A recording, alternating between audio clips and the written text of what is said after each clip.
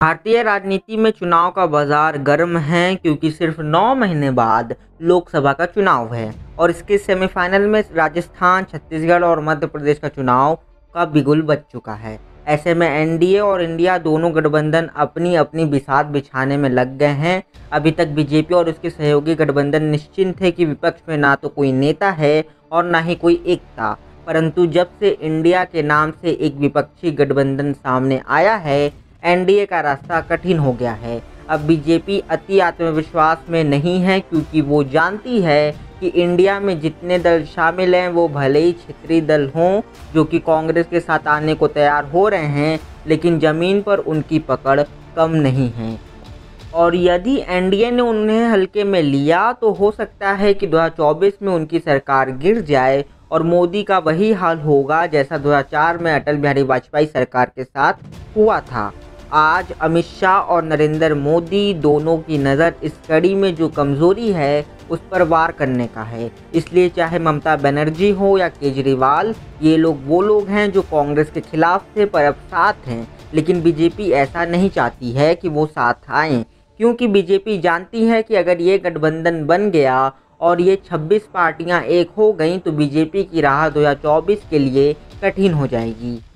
ऐसा नहीं है कि इंडिया गठबंधन के अंदर चुनौतियों की कमी नहीं है, लेकिन आपसी तालमेल से एक एकता कायम हो गई तो ये तस्वीर बदल सकती है।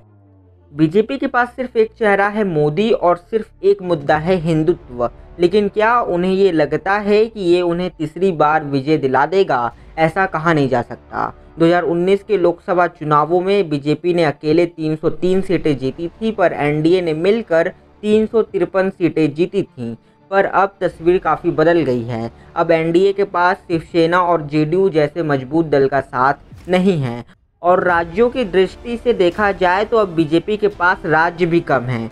ऐसे में अगर इंडिया बटेगा नहीं तो बीजेपी को दिक्कत होगी। यही कारण है कि अमित शाह और मोदी इस मिशन पर लगे हैं कि इंडिया गठबंधन बन ना सके। इसलिए वो अब पार्टी तोड़ना भी शुरू कर चुके हैं, जिसकी शुरुआत उन्होंने महाराष्ट्र में एनसीपी और शिवसेना को तोड़कर कर लिया है।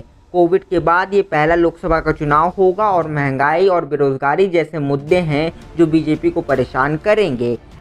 ऐसे में मध्य प्रदेश और राजस्थान के चुनाव परिणाम देश में एक संदेश देंगे कि देश में हवा किसकी है और जनता किसके साथ है। यदि अगर 2024 का चुनाव एनडीए जीतेगा तो इसमें कोई आश्चर्य की बात नहीं होगी, पर अगर इंडिया सरकार बनाने में सफल रहा तो ये विपक्ष की एक बहुत बड़ी जीत होगी और ये केवल जनता के माध्यम से ही संभव है, जो आज भी विश्व की 5वीं सबसे बड़ी अर्थव्यवस्था की बात जरूर करते हैं, पर उसके बावजूद वो लोग गरीबी, महंगाई और बेरोजगारी से शिकार हैं। बाकी क्या है आपकी राय, कमेंट करके बताएं और वीडियो अच्छा लगा तो लाइक करके चैनल को सब्सक्राइब कर लें और बने रहें हमारे साथ। मिलते हैं अगले वीडियो में, तब तक के लिए धन्यवाद।